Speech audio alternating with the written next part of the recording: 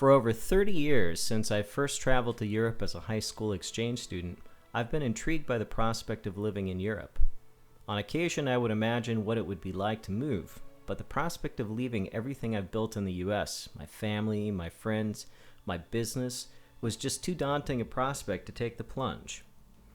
Obtaining a visa to live in Europe is also a big challenge, so my dream remained just that, a dream.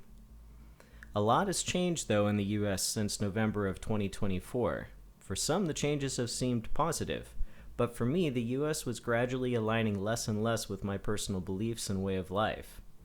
In January of 2025, I came to the conclusion that it didn't matter what I'd built in the US if the trajectory of the country was one I couldn't agree with.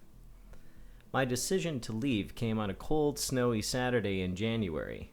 I remember laying on the couch realizing I was really ready to pursue my dream of living in Europe. I started consulting Google looking for visa options.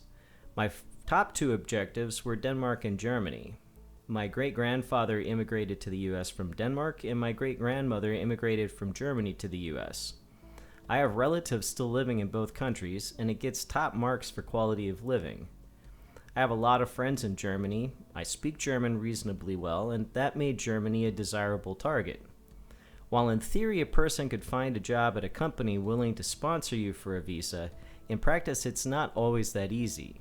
Companies have to prove they could not find a suitable EU candidate for the job before an immigrant can be granted a visa.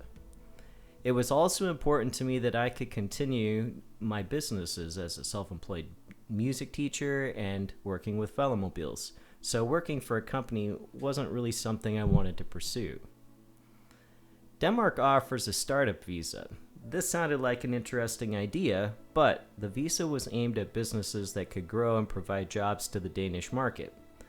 While my business ventures have been successful in the US, they really aren't scalable. Rumor also was that only 75 of these visas were issued per year. Germany also has an entrepreneur visa with one catch. Someone has to agree to financially vouch for you if your business fails. That means they would be on the hook to pay my ticket back to the US and any debts I had accumulated if my business didn't take off. That's not something I felt comfortable asking anyone to do for me. Further online searching turned up Portugal, Spain, Italy, and the Netherlands as possible entrepreneur options, along with several countries in Eastern Europe. Having spent a couple of weeks in Romania in 2024, I felt confident I could eliminate the Eastern European options. I've also spent a lot of time in Italy and found the culture really wasn't the right fit for me. I also don't particularly like hot weather, which made Spain and Portugal also less desirable. Plus, those visas were intended as remote work visas, and only a maximum of 20% of business income could come from Europe. The rest had to originate from the US. That basically left the Netherlands, but I wasn't so sure I wanted to live here either.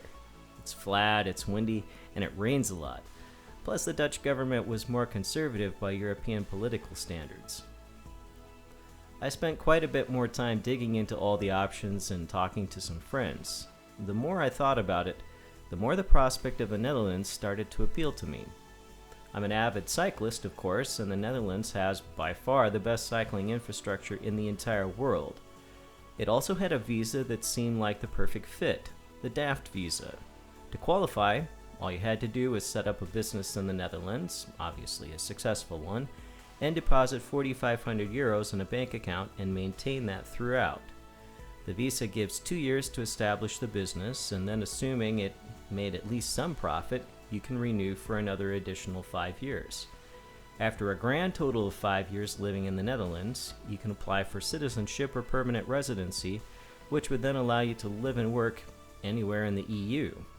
Further research showed that the visa is essentially guaranteed as long as you meet the requirements.